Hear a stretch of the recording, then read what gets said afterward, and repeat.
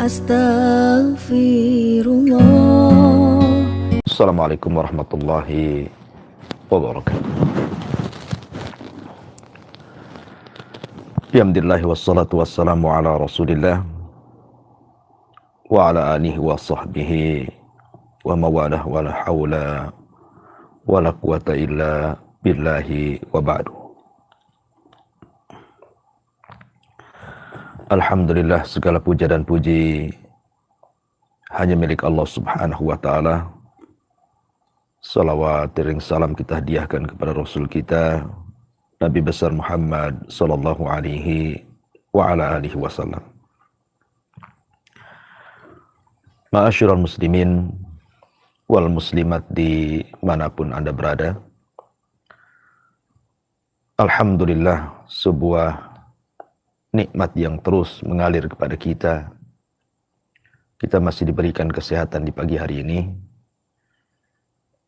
Masih diberikan nikmat Islam, nikmat iman, dan tentunya juga nikmat bisa bertalabul ilmi walaupun lewat media.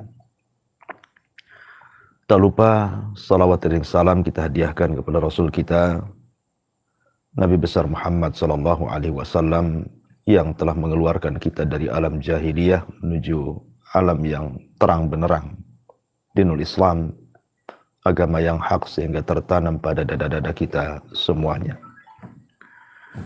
Tema di pagi hari ini tentu tema yang sangat menarik sekali tentang doa orang-orang yang dizalimi. Ma'asyiral muslimin yang dimuliakan Allah subhanahu wa ta'ala. Ketika Nabi sallallahu alaihi wasallam mengutus sahabat Mu'adz ibn Jabal radhiyallahu an, seorang sahabat yang dikatakan oleh Umar bin Khattab a'lamuna bil halali wal haram. Dia adalah sahabat yang paling paham di antara kami tentang perkara halal dan haram.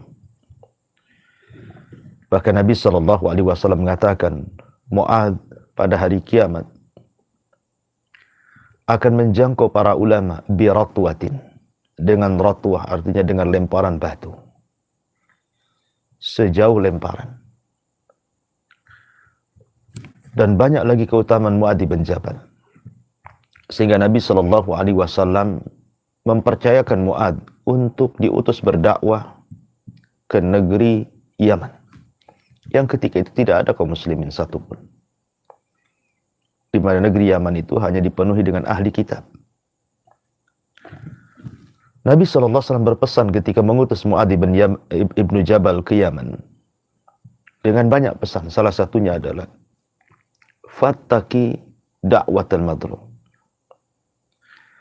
Hati-hati engkau wahai Mu'adz dengan doa orang-orang yang dizalimi. Fa innaha laisa bainaha wa bainallahi hijab. Karena doa orang yang dizalimi itu antara dia dengan Allah subhanahu wa ta'ala tidak ada hijab, tidak ada penghalang sama sekali. Padahal Nabi sallallahu alaihi wasallam sudah mengarahkan di permulaan hadis, innaka ta'ti qauman min ahli kitab. Engkau akan datang kepada sebuah kaum yang semua isi kaum itu adalah ahli kitab. Kalau tidak Yahudi, Nasrani. Artinya Mu'adz bukan dikirim kepada kaum muslimin, tapi kepada orang-orang kafir. Tapi kenapa Nabi SAW mengatakan hati-hati dengan doa orang yang kau zalimi wahai Mu'adz? Karena antara dia dengan Allah tidak ada penghalang. Seolah-olah Nabi SAW ingin mengatakan, hatta doanya orang yang dizalimi itu orang kafir, maka Allah subhanahu wa ta'ala pasti akan menolong dia. Bukan karena kekafirannya, tapi karena dia dari pihak yang dizalimi. Dan Allah tidak suka dengan kezaliman. Sebagaimana hadis yang ma'ruf, hadis qudsi, inni haramtu dzulma ala nafsi wa ja'altuhu muharraman bainakum fala tadzalam. Aku haramkan kezaliman kepada diriku dan aku larang kalian, aku haramkan kepada kalian kezaliman juga, maka jangan pernah berbuat zalim.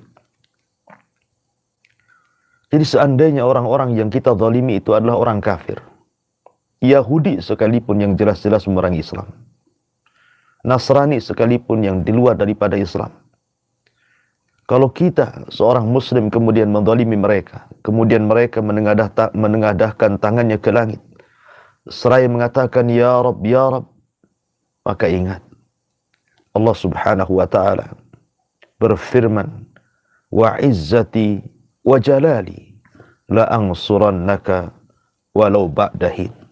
Demi kemuliaanku, demi keagunganku akan menolong engkau walaupun dengan waktu yang lama. Ma'asyiral muslimin yang dimuliakan Allah Subhanahu wa taala, kalau seandainya doa orang kafir dan dia dari pihak yang dizalimi dikabulkan oleh Allah Subhanahu wa taala, bagaimana kalau yang Anda zalimi itu seorang muslim? Apalagi seorang yang taat kepada Allah Subhanahu wa taala. Tentu Allah Subhanahu wa taala akan bersama dia jauh lebih dibandingkan dengan orang lain. Ma'asyiral muslimin yang dimuliakan Allah Subhanahu wa taala, ingat bahwa Allah Subhanahu wa taala berfirman, "Wa ma kunna muhlika al-qura illa wa ahluha zalimun." Tidaklah kami menghancurkan sebuah desa, sebuah kota, kecuali karena para penghuninya adalah melakukan kezaliman. Dan Allah juga mengatakan, wa ma kana rabbuka liyuhlikal qura bidzulmin wa ahluha muslihun. Dan Allah Subhanahu wa taala tidak akan menghancurkan sebuah desa karena kezaliman ketika orang-orang yang di dalamnya terus melakukan perbuatan baik. Artinya bahwa kisah-kisah dalam Al-Quran menjelaskan kepada kita betapa banyak kaum-kaum yang dihancurkan oleh Allah Subhanahu wa taala, tidak lain dan bukan karena kezaliman mereka kepada Allah Subhanahu wa taala. Maka dari sini takutlah kepada doa orang yang kita zalimi. Karena Nabi sallallahu alaihi wasallam mengatakan, "Thalathu da'awat yustajabu lahunna la syakka fihinna." Da'watul madlum. 3 perkara yang kalau seandainya orang berdoa pasti dikabulkan oleh Allah Subhanahu wa taala, dan itu tidak diragukan lagi. Salah satunya kata Nabi sallallahu alaihi wasallam, da'watul madlum. Doa orang yang Anda zalimi. Kenapa? Kenapa doa orang yang Anda zalimi mustajab? Karena orang yang zalim, mereka bisa beristirahat dengan tenang di malam hari. Bahkan merasa puas sehingga nyenyak tidurnya. Tapi orang yang dizalimi, dia tidak pernah tidur di malam hari. Dia akan memanjatkan doa kepada Allah Subhanahu wa taala, tersiksa hidupnya. Sebagaimana orang yang dizalimi tidak bisa tidur, maka di antara sifat Allah pun tidak tidur. Allah tidak pernah disentuh dengan kantuk, apalagi tidur. Dan Allah Subhanahu wa taala Maha mendengar orang-orang yang berdoa di malam hari, di waktu-waktu yang sangat mustajab. Orang-orang yang dizalimi menengadahkan tangannya ke langit, ya Rabb, ya Rabb. Kira-kira apa yang akan Anda hadapi ketika Allah Subhanahu wa taala yang mengirim balasannya kepada Anda? Kita ini makhluk yang lemah. Kalau Allah Subhanahu wa taala zat yang kuat membalaskan perbuatan zalim, kira-kira siapa yang mampu untuk mencegahnya?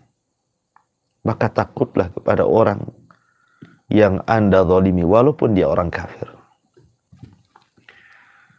Ma'asyiral muslimin yang dimuliakan Allah Subhanahu wa taala, Hajjaj ibn Yusuf al-Thaqafi ketika menyiksa Sa'id ibn Zubair sampai berakhir dengan wafatnya Sa'id ibn Zubair di tangan Hajjaj ibn Yusuf. Maka sebelum wafatnya Sa'id ibn Zubair, dia sempat berdoa kepada Allah Subhanahu wa ta'ala. Setelah dia membaca minha khalaqnakum wa fiha nu'idukum wa minha nukhrijukum taratan ukhra.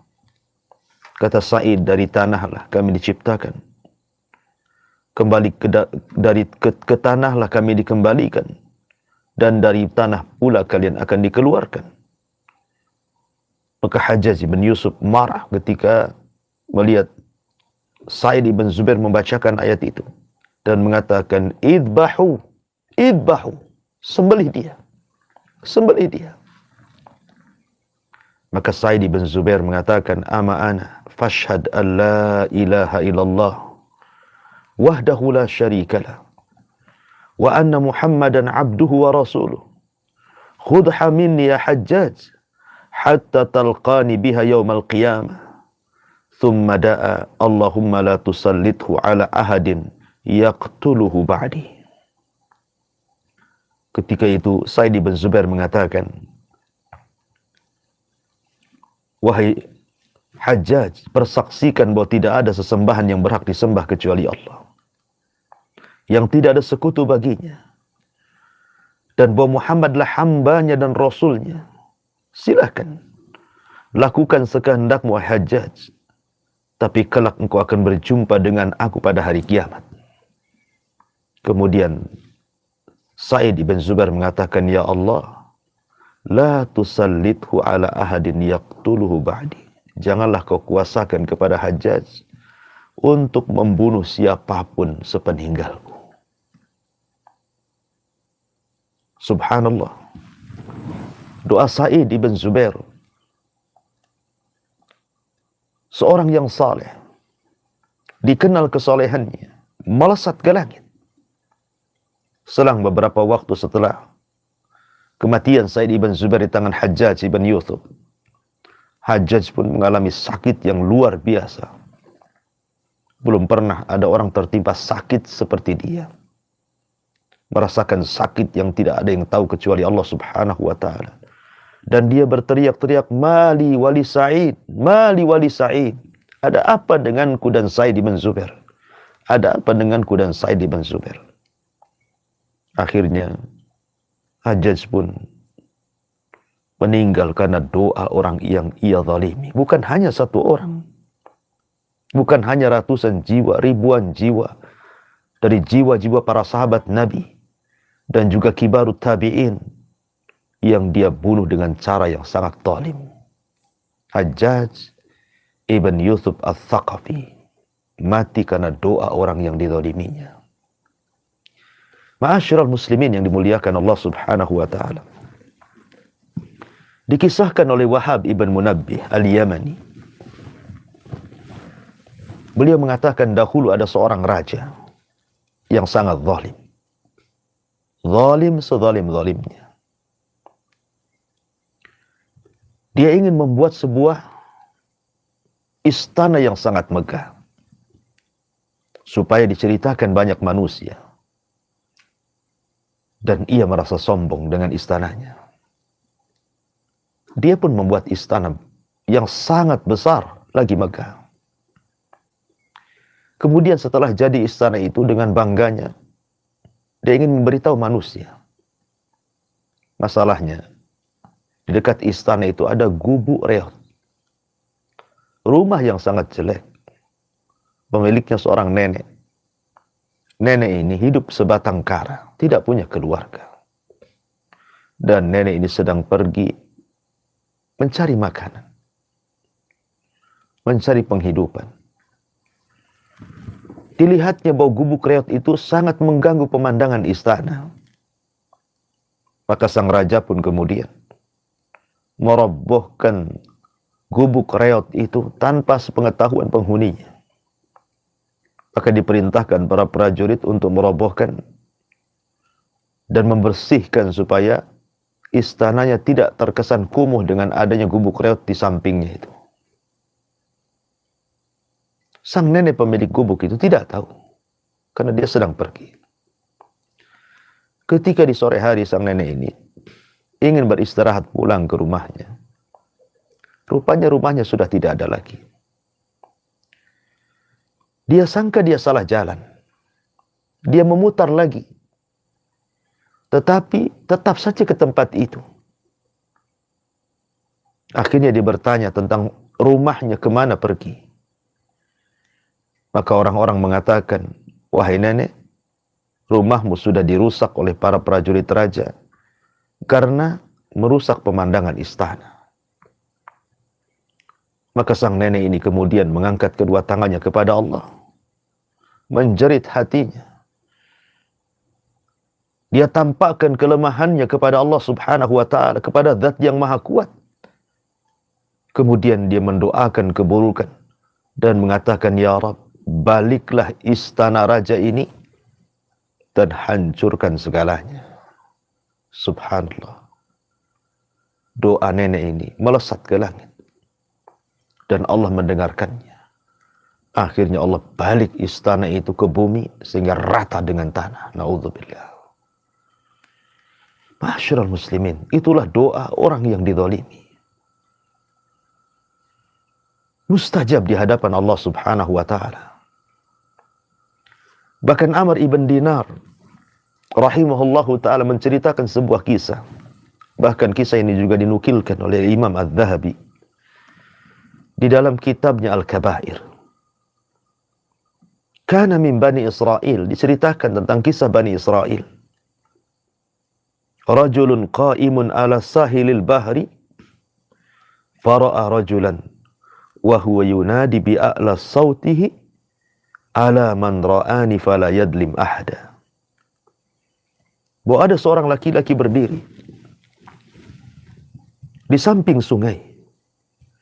Kemudian dia dilihat oleh orang dan dia sedang berteriak dengan sekencang-kencangnya teriakan sambil mengatakan, man ra'ani fala yadlim ahada. Siapapun yang melihatku, janganlah dia melakukan kezaliman kepada siapapun. Bagaimana kisahnya? Kenapa dia berteriak-teriak, siapapun yang melihat kondisiku jangan pernah melakukan kezaliman kepada siapapun setelahku ini? Kisahnya adalah orang zalim ini suatu ketika dia berjalan di pinggir sungai, di pinggir lautan. Tiba-tiba dia melihat seorang nelayan yang baru saja menangkap ikan. Rupanya nelayan ini tidak mendapatkan ikan kecuali hanya satu ekor, itu pun untuk dimakan dia dan keluarganya. Lalu sang zalim ini memaksa mengambil ikan itu dan mengancam kalau tidak diberi maka akan dibunuhnya. Ketakutanlah kemudian sang nelayan ini. Akhirnya diberilah ikan itu kepada orang zalim tadi. Orang zalim ini dengan senang hati, dengan bangga, merebut hak orang lain, kemudian dia pergi. Tidak sadar ikan itu Allah hidupkan dalam perjalanan dan menggigit jarinya. Tapi dia tidak sadar gigitan ikan itu dianggap biasa. Kemudian dia pun pulang menggoreng ikan itu, kemudian memakannya dengan lahap. Subhanallah, di malam hari. Gigitan ikan yang ada di jarinya baru terasa.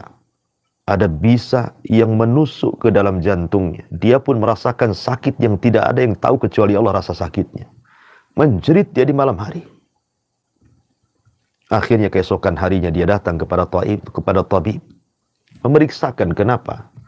Hanya sekedar gigitan ikan, tapi merasakan sakit yang luar biasa. Maka diperiksa oleh sang dokter, rupanya bisanya sudah mengalir ke telapak tangan dan harus diamputasi. Kalau tidak, akan mengalami kematian. Terpaksalah kemudian dipotonglah pergelangan tangannya. Disangkanya akan sembuh.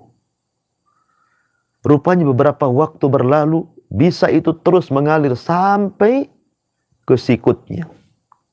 Akhirnya sang dokter mengarahkan untuk diamputasi kembali. Akhirnya dipotonglah sikut daripada tangannya. Rupanya masih mengalir ke tangan di atasnya. Sehingga sang dokter heran. Kemudian bertanya, dosa apa yang Anda lakukan ini? Akhirnya bercerita soal penyebab kenapa ikan itu bisa menggigit dirinya. Kata dokter ini, subhanallah, kalau engkau sebelum datang ke mari engkau meminta maaf kepada orang yang kau ambil ikannya, mungkin aku tidak akan potong tanganmu. Akhirnya kemudian sang dokter mengatakan, sebelum aku potong semua tanganmu, sebaiknya kau datang kepada nelayan itu, mintalah doa keredoannya, mintalah keikhlasannya, ikan yang sudah kau makan itu. Akhirnya dia pun datang, kemudian meminta maaf kepada sang nelayan itu. Karena melihat kondisinya yang kasihan, sang nelayan pun kemudian memaafkannya. Kemudian orang zalim ini mengatakan kepada sang nelayan, sebelum aku pergi mengambil ikanmu, aku lihat lisanmu berkomat kamit. Apa yang kau ucapkan kala itu? Maka sang nelayan mengatakan, tidak, aku tidak mengucapkan apapun, kecuali hanya mengatakan, ya Allah, aku ini hamba yang lemah. Di hadapanmu hambamu yang kuat. Aku tidak bisa melawannya. Maka tampakkan kekuatanmu kepadaku. Hanya itu saja. Rupanya sang zalim ini ketakutan menggigil. Dari silah dia berteriak-teriak, man ra'ani falam yadlim ahada. Siapapun yang melihat aku, jangan coba-coba melakukan kezaliman kepada siapapun. Bahkan ada seorang ustaz bercerita kepada saya bahwa ada seseorang yang selalu menuduhnya.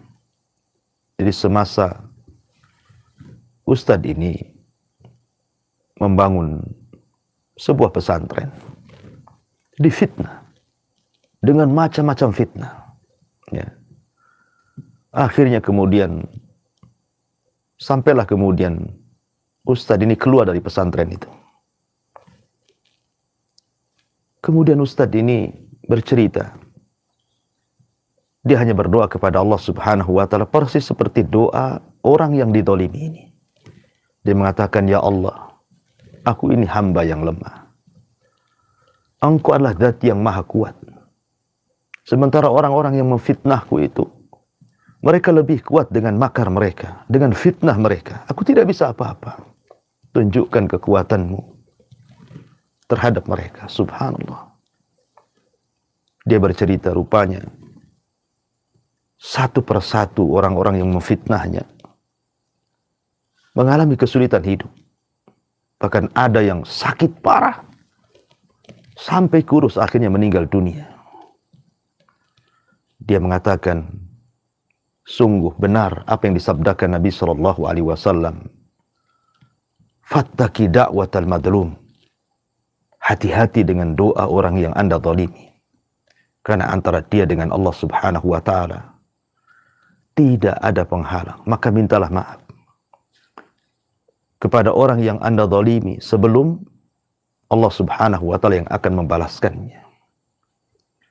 Dan yang terakhir tentu, kezaliman ini bertingkat-tingkat. Dan kezaliman yang paling zalim adalah ketika seorang anak melakukan kezaliman kepada orang tuanya. Durhaka kepada orang tuanya. Menyakiti orang tuanya. Bahkan terkadang sampai membunuh orang tuanya. Dahulu, waktu kita masih kecil, mungkin kalau ada kabar seorang anak memukul orang tua, mencaci maki orang tua, itu rasanya heran. Tapi hari ini bukan hanya sekedar mencaci maki, sampai membunuh orang tuanya. Setega itu anak di zaman sekarang. Zalimnya dia kepada orang tua. Perhatikan kisah Jurayz al-Abid, seorang ahli ibadah di zaman Bani Israel, yang dikisahkan oleh Abi Hurairah radhiyallahu anhu. Sebuah hadis yang sahih. yang dikeluarkan Imam Bukhari dan Muslim. Nabi Shallallahu Alaihi Wasallam bercerita tentang kisah sahib Jurez, orang yang bernama Jurez, rajulan abidan, seorang laki-laki yang ahli ibadah. Dia tidak pernah meninggalkan saumaahnya, tempat ibadah yang biasa dia beribadah di situ. Sampai suatu hari ibunya memanggil dia sementara Jurez ini sedang sholat. Ya Jurez, ya Jurez. Tapi Jurez sedang sholat. Dia mengatakan dalam hatinya, ya Rabb, ummi wa salati. Ummi wa salati. Haruskah aku datang menemui panggilan ibuku, tapi satu sisi sholat ini panggilan dirimu. Akhirnya dia pun justru tidak mengindahkan panggilan ibunya, bahkan melanjutkan sholatnya, padahal dia sedang sholat sunnah. Dalam hukum Islam, bahwa kalau kita dipanggil orang tua dan kita sedang sholat sunnah, batalkan. Karena panggilan orang tua itu wajib, sementara sholat sunnah itu hanya sunnah saja. Tapi karena Jurez, dia hanya seorang ahli ibadah, bukan seorang alim. Mungkin itu ijtihad dia. Dia tidak membatalkan sholatnya sampai ibunya marah. Dan ibunya mengata-ngatai dengan kata-kata doa yang buruk kepada Jurez. Ma'asyiral muslimin yang dimuliakan Allah Subhanahu wa ta'ala, apa kata ibunya? Allahumma la tumithu hatta yangdura ila wujuhil mumisat. Kata ibunya, demi Allah, ya Allah, jangan kau matikan si Jurez itu, sehingga engkau perlihatkan kepada si Jurez putraku itu muka-muka wanita-wanita pelacur di hadapan. Subhanallah. Akhirnya Allah Subhanahu wa ta'ala kabulkan permintaan sang ibunda yang tersakiti, padahal Jurez ini menyakiti bukan dengan lisannya, bukan dengan perbuatannya, dengan memukul, menyakiti, tidak. Dia hanya tidak memenuhi panggilan ibunya, dan itu pun sedang beribadah, bukan sedang melakukan apa, sedang beribadah. Itu saja dianggap menyakiti ibunya, dan ibunya berdoa kepada Allah, mustajab doanya. Suatu hari ada orang yang tidak suka dengan Jurez dan ingin menghancurkan karakter Jurez, ingin menghancurkan wibawa Jurez. Akhirnya kemudian diutusnya wanita pelacur untuk menggoda Jurez, tapi sang Jurez tidak pernah tergoda siapapun, hatta dengan wanita-wanita cantik, pelacur sekalipun. Sampai akhirnya kemudian wanita ini putus asa untuk menggoda Jurez. Kemudian dia berzina dengan seorang penggembala yang tidak jauh daripada situ. Hamilah wanita ini. Kemudian lahir. Maka dia pun memfitnah Jurez bahwa bayi itu adalah bayinya Jurez. Semua Bani Israel tidak menyangka, sehingga mereka emosi, dirobohkannya tempat ibadah Jurez itu. Subhanallah. Akhirnya kemudian Jurez pun ketika disakiti, dipukuli, dia meminta waktu untuk melakukan sholat 2 rakaat. Setelah itu dia minta didatangkan bayi tersebut, kemudian dicubitnya. Kemudian Jurez mengatakan, man abuk, siapa bapak? Maka bayi itu tiba-tiba bicara dan mengatakan, abi ra'il ghanam, bapakku adalah penggembala kambing. Menyesalah Bani Israel. Akhirnya kemudian mereka pun berjanji untuk membuatkan tempat ibadah yang dari emas, tapi Jurez tidak mau dan mengatakan, kembalikanlah tempat ibadah yang kalian hancurkan. Singkat cerita bahwa akhirnya mereka pun mengembalikan tempat ibadah Jurez dan minta maaf kepada Jurez. Lihat bagaimana doa orang tua yang disakiti anak akan dikabulkan oleh Allah Subhanahu wa ta'ala. Maka takutlah kepada Allah Subhanahu wa ta'ala. Siapapun yang Anda zalimi, kalau dia sampai mengangkat kedua tangannya, maka doa akan melesat ke langit, dan Allah akan mengatakan, demi kemuliaanku, demi keagunganku, aku akan tolong dia, walaupun waktu yang sudah ditentukan Allah Subhanahu wa ta'ala. Wallahu a'lam bishawab. Mudah-mudahan bermanfaat bagi kita semuanya. Saya kembalikan kepada moderator. Fal yatafaddal mashkura. Baik Ustaz, jazakallahu khairan barakallahu fikum. Terima kasih banyak Ustaz untuk ilmu dinal Islam yang sangat berfaedah sekali bagi kita semua, kaum muslimin dan muslimah, sahabat pendengar Radio Hang FM Batam, sahabat penyimak saluran Hang TV dimanapun Anda semua berada. Alhamdulillah telah kita simak kajian Islam ilmiah pada pagi hari ini dalam rangkaian Barokah Pagi Radio Hang FM Batam, dan pagi hari ini kita mendengarkan bimbingan ilmu oleh guru kita Al-Ustaz Abu Umair Hafizullah Ta'ala. Kita akan bertanya jawab, silakan kaum muslimin dan muslimat sahabat Hang dimanapun Anda semua berada, silakan dapat mengisipkan pertanyaan pada nomor 08117006 maupun pada nomor 0818031001. Pada pagi hari ini ada Ibu Halimah di Malang, Jawa Timur. Ustaz, jazakallahu khairan Ibu untuk pertanyaannya. Pertanyaan dari Ibu Halimah di Malang, Jawa Timur. Ustaz, bagaimana dengan seseorang yang punya saudara saudara dekat ataupun saudara dari pihak keluarga. Sayangnya saudara ini tidak pernah sedikit pun menyambungkan tali silaturahim sama kita. Padahal kita tidak ada masalah apa-apa dengan dia. Di sisi lain saudara tadi itu biasanya menghubungi kita duluan hanya kalau ada maunya saja. Ustaz, minta itu, minta harta ataupun minta sedekah dan sebagainya. Sebenarnya kalau beliau ini minta ditanggapi Ustaz, tapi nanti setelah dikasih menghilang lagi seperti yang di awalnya tadi, seperti tidak ada hubungan silaturahim sama sekali. Bagaimana ya Ustaz sikap seseorang kalau memiliki saudara yang demikian itu? Apakah dibalas kezalimannya tadi itu atau didiamkan saja? Cukup didoakan dalam hati kebaikan untuk dia, karena bagaimanapun kita kecewa dengan sikapnya. Mohon nasihatnya Ustaz. Iya, alhamdulillah.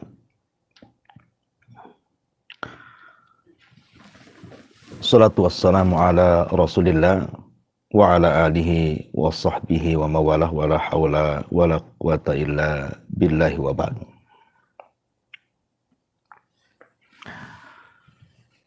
Jadi apa yang Anda rasakan tentu ini juga perwakilan dari hamba-hamba Allah yang lainnya. Karena kasus seperti ini juga banyak sekali. Bukan Anda yang merasakan saja, hampir semua orang-orang merasakan seperti yang Anda rasakan. Anda sudah berbuat baik kepada kerabat, tapi kerabat itu tak tahu diri, tak tahu berterima kasih sama sekali. Mereka itu menghubungi kita ini terkadang hanya sekedar mencari harta kita saja. Terkadang tidak pernah mempertanyakan kondisi kita, kondisi keluarga kita, kondisi anak kita. Tidak pernah mereka tanyakan. Mereka menghubungi itu terkadang hanya urusan dunia saja. Pinjam uang, terkadang minta uang, dan begitu seterusnya. Jadi murni hubungan mereka itu semata-mata urusan dunia. Tidak ada urusan akhirat. Dan itu banyak ditanyakan kepada saya. Ini persis seperti seorang sahabat yang datang kepada Nabi SAW, "Ya Rasulullah, aku ini punya kerabat. Aku menyambung kepada mereka, mereka pula memutuskannya. Aku berbaik kepada mereka, berbuat baik kepada mereka, mereka pula kemudian melakukan kekerasan kepada aku. Aku sayang mereka keras kepada aku." Maka Allah Subhanahu wa ta'ala, Rasul mengatakan, kalau apa yang kau katakan itu benar, maka turutlah seperti itu. Karena Allah Subhanahu wa ta'ala akan berikan pertolongan kepadamu dan akan menjaga dirimu. Sebagian para ulama mengatakan, boleh nggak kita ini memutus silaturahim kepada kerabat yang melakukan kezaliman kepada kita? Kita sambung, mereka putus. Kita berbuat baik, mereka pula berbuat jahat, dan begitu seterusnya. Kata ulama boleh, tapi sebatas berikan pelajaran saja. Anda boleh memutuskan, tetapi hanya sebatas memberikan pelajaran kepada mereka. Wasilaturahim itu bukan hanya sekedar harta saja, tapi ada yang lebih daripada itu. Bahwa silaturahim itu perintah Allah untuk menyambungkan kita dengan Allah Subhanahu wa taala. Wa yaqta'una ma amarahum. Wa yaqta'una ma amarallahu bihi an yusal. Artinya silaturahim itu menyambungkan kita dengan Allah. Maka kita katakan bahwa ya itu kalau seandainya Anda tidak sabar, tapi kalau Anda sabar, nggak peduli, nggak usah dipedulikan dengan apa yang mereka balas terhadap kebaikan Anda kepada mereka. Karena balasan itu bukan dari makhluk, balasan itu dari Allah Subhanahu wa taala. Yakinlah bahwa Allah akan membalas kebaikan Anda dan Allah juga akan membalas keburukan orang yang berbuat buruk kepada Anda. Wallahu a'lam. Baik, Ustaz, jazakallahu khairan Ustaz untuk nasihatnya untuk menanggapi pertanyaan Ibu Halimah di Malang, Jawa Timur. Insya Allah jadi member faedah bagi kita semua. Selanjutnya ada Ibu hamba Allah di Batam Kota. Ustaz, ini ada pertanyaan.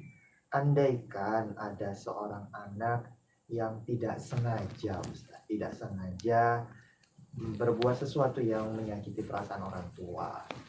Dan sayang sekali belum sempat minta maaf kepada orang tuanya dan orang tuanya pun meninggal. Bagaimana ya Ustaz? Apakah ada cara untuk menebus kesalahan itu Ustaz? Mohon penjelasan Ustaz. Ya, alhamdulillah, salatu wassalamu ala rasulillah. Iya, terkadang penyesalan itu datang setelah orang yang kita sakiti meninggal. Apalagi yang orang yang kita sakiti ini orang tua. Maka ini akan menjadi penyesalan sepanjang zaman. Akan tetapi, kalau seandainya Allah Subhanahu wa taala takdirkan orang yang Anda sakiti sudah tidak ada, apalagi dia orang tua, bukan berarti kemudian Anda putus asa. Tidak. Ada kebaikan-kebaikan yang diperintahkan di dalam Islam. Birrul walidain setelah meninggalnya orang tua. Kalau memang Anda dulu suka menyakiti orang tua dan tidak ada kesempatan untuk minta maaf, akhirnya sampai orang tua meninggal, maka ada cara-caranya. Pertama, Anda doakan dengan doa kebaikan. Minta kepada Allah setiap salat Anda di waktu-waktu yang mustajab, agar Allah mengampuni dosa-dosanya, menerima amalannya. Kemudian yang kedua, bersedekahlah. Banyak-banyak bersedekah. Niatkan sedekah Anda untuk orang tua. Kemudian jadilah anak yang saleh, anak yang baik. Karena kebaikan Anda akan sampai kepada orang tuanya. Karena anak itu adalah bagian usaha orang tuanya. Kalau Anda baik setelah meninggalnya orang tua, maka kebaikan Anda akan sampai kepada orang tua Anda. Kemudian yang ketiga, yang keempat, hubungkan silaturahim dengan teman-teman orang tua Anda. Dulu siapa teman orang tua Anda yang baik dengan orang tua? Datang, sambungkan silaturahim dengan dia. Ya. Kemudian juga teruslah mendoakan doa kebaikan. Dan jangan pernah kemudian mengulang kembali. Karena bagaimanapun terkadang ada hadis Nabi mengatakan tabarru aba'akum tabarrukum abnaukum. Berbuat baiklah kepada orang tua kalian supaya anak-anak kalian berbuat baik kepada kalian. Maka bagi Anda yang masih hidup orang tuanya, jangan sakiti perasaan mereka. Mintalah ampun, bersimpu di hadapannya, minta keridhaannya, bukan keridhaan Allah, ditentukan dengan ridha orang tua. Maka menjadilah anak yang soleh dan soleha. Jadilah anak yang qurratu ain, penyejuk mata orang tua. Karena doa orang tua, apalagi itu doa sebuah kebaikan, itu doa yang mustajab. Mintalah setiap hari doa dari orang tua Anda, supaya Anda diberikan keberkahan hidup, ketenangan hati, kebahagiaan dunia dan akhirat Anda. Wallahu a'lam bishawab. Syukron jazakallahu khairan. Terima kasih Ustaz untuk nasihatnya untuk menanggapi pertanyaan Ibu hamba Allah di Batam Kota tadi. Insya Allah jadi ilmu yang sangat berharga bagi kita semua. Dan satu pertanyaan terakhir Ustaz pada pagi hari ini. Ini ada titipan pertanyaan dari hamba Allah di Jakarta ya. Ini dari Ibu ya, dari Ibu di Jakarta. Begini pertanyaannya. Ustadz, saya seorang psikolog ya di Jakarta. seorang akhwat juga. Nah, saat ini saya punya pasien ya, atau orang yang sedang konsultasi dengan saya, seorang remaja putri, Ustaz. Nah, masalahnya itu, Ustaz, remaja putri ini dizinahi oleh ayah kandungnya sendiri. Sekarang sedang hamil 2 bulan, Ustaz. Ketika saya tanya masalahnya apa, beliau juga nggak mengerti bagaimana bisa orang tuanya demikian. Intinya ayahnya berbuat demikian dan beliau tidak berani melawan karena orang tua laki-laki tadi mengancam membunuh. Ketika saya tanya ibunya bagaimana, rupanya ibunya sama saja, Ustaz. Ibunya juga sering melakukan kekerasan fisik, tapi ibunya tidak tahu kalau Ananda ini diperlakukan demikian oleh sang ayah kandungnya tadi. Posisinya sekarang pasien tadi itu kabur dan sekarang konsultasi dengan saya melalui perantara temannya, Ustaz. Yang jadi pertanyaan saya, apa nasihat saya baiknya kalau secara syar'i ya, Ustaz?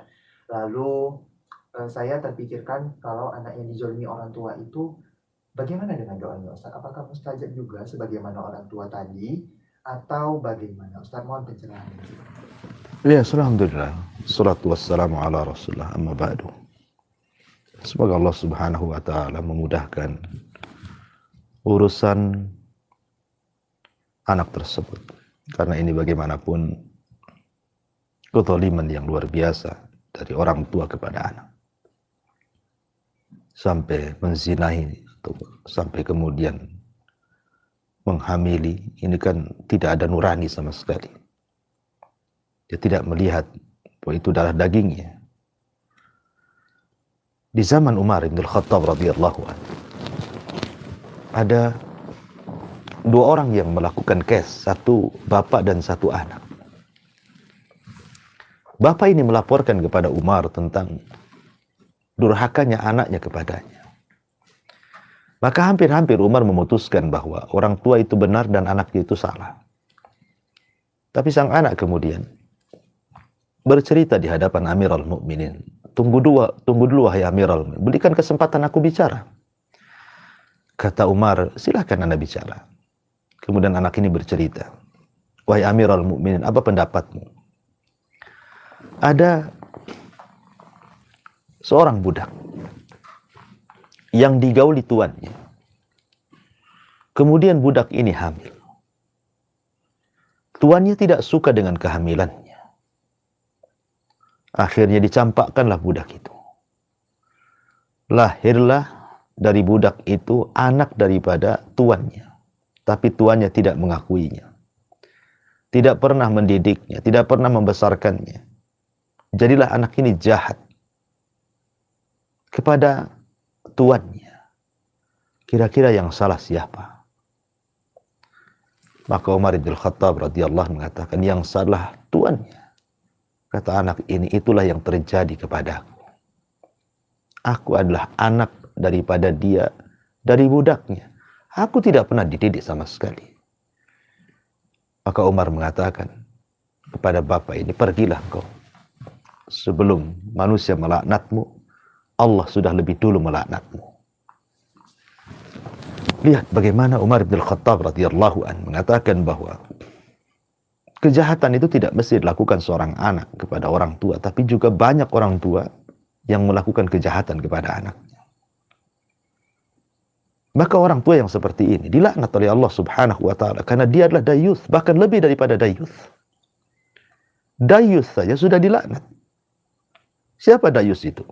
Orang tua yang tidak punya kecemburuan, keluarganya maksiat kepada Allah. Dia pula yang kemudian melakukan maksiat, memperkosa anaknya. Dia dayuth dan dia zalim. 2 dosa dia terima. Maka tentu 2 anak kepada orang tua pun kan mustajab, walaupun dia orang tuanya. Jangankan lagi orang mukmin, orang kafir pun yang berdoa mustajab, karena Allah akan berdiri di sampingnya, bukan karena kekafirannya, tapi karena dia di pihak yang dizalimi, bukan karena dia orang tuanya, tapi karena di pihak dia orang yang menzalimi. Maka Allah akan bersama orang yang dizalimi. Ya. Ma'asyiral muslimin yang dimuliakan Allah Azza wa Jalla. Tapi walaupun demikian, kepada anak tersebut, berdoalah kepada Allah agar orang tuanya diberikan hidayah. Kalaupun sudah terjadi seperti ini, sudah terlanjur seperti ini. Ini kan semua takdir Allah Subhanahu wa taala. Bahwa Allah sudah mencatat di Lauhil Mahfuz 500 tahun sebelum Allah menciptakan langit dan bumi akan terjadi peristiwa seperti ini. Maka yakinlah Anda dengan takdir Allah, bahwa ini semua takdir Allah. Kalau Allah berkehendak, siapa yang bisa mencegah kehendak Allah? Dan kalau Allah tidak berkehendak, tidak ada yang bisa menjadikan sesuatu terjadi. Maka bersabarlah. Terkadang musibah di luar kehendak kita. Tapi ingatlah, Allah tidak mungkin mengirim sebuah musibah kepada siapapun kecuali kita bisa menghadapinya. Musibah sebesar apapun, Allah tidak pernah menimpakan kepada manusia di luar kemampuannya. Mustahil. Anda bisa menghadapinya. Katakan kepada anak itu, Anda bisa menghadapinya. Bersabar kepada Allah, lebih dekat lagi kepada Allah Subhanahu wa ta'ala. Dan kalau anak itu lahir, maka besarkan anak itu. Jangan benci. Karena anak itu tidak ada hubung kait dengan bapaknya. Anak itu lahir adalah murni anak Anda, nasabnya kepada ibunya. Bukan kepada orang yang memperkosa Anda. Tidak ada nasab sama sekali. Terputus kewaliannya, terputus kemahramannya, terputus warisnya. Murni itu anak Anda. Wa kullu maulud yuladu alal fitrah. Setiap bayi yang dilahirkan terlahir fitrah. Boleh jadi kalau anak itu dididik dengan baik. Jangan pernah ceritakan bapaknya siapa. Ya, didik dengan baik. Dan dia menjadi anak soleh. Boleh jadi itu akan menjadi perantara masuk surga Anda. Pintu surga akan dibukakan bagi Anda. Kalau Anda sabar, tidak perlu putus asa. Semoga hal-hal yang terkadang kita anggap buruk, itu sebuah kebaikan di sisi Allah Subhanahu wa ta'ala. Karena ada surga yang tidak bisa diraih dengan sholat, dengan puasa, dengan zakat. Rupanya hanya bisa diraih dengan kesabaran. Dan tidak mungkin sabar itu muncul kecuali adanya ujian. Maka bersabar kepada Allah Subhanahu wa ta'ala. Minta agar pada setiap kesulitan itu segera didatangkan kemudahan. Inna ma'al usri yusra. Wallahu a'lam.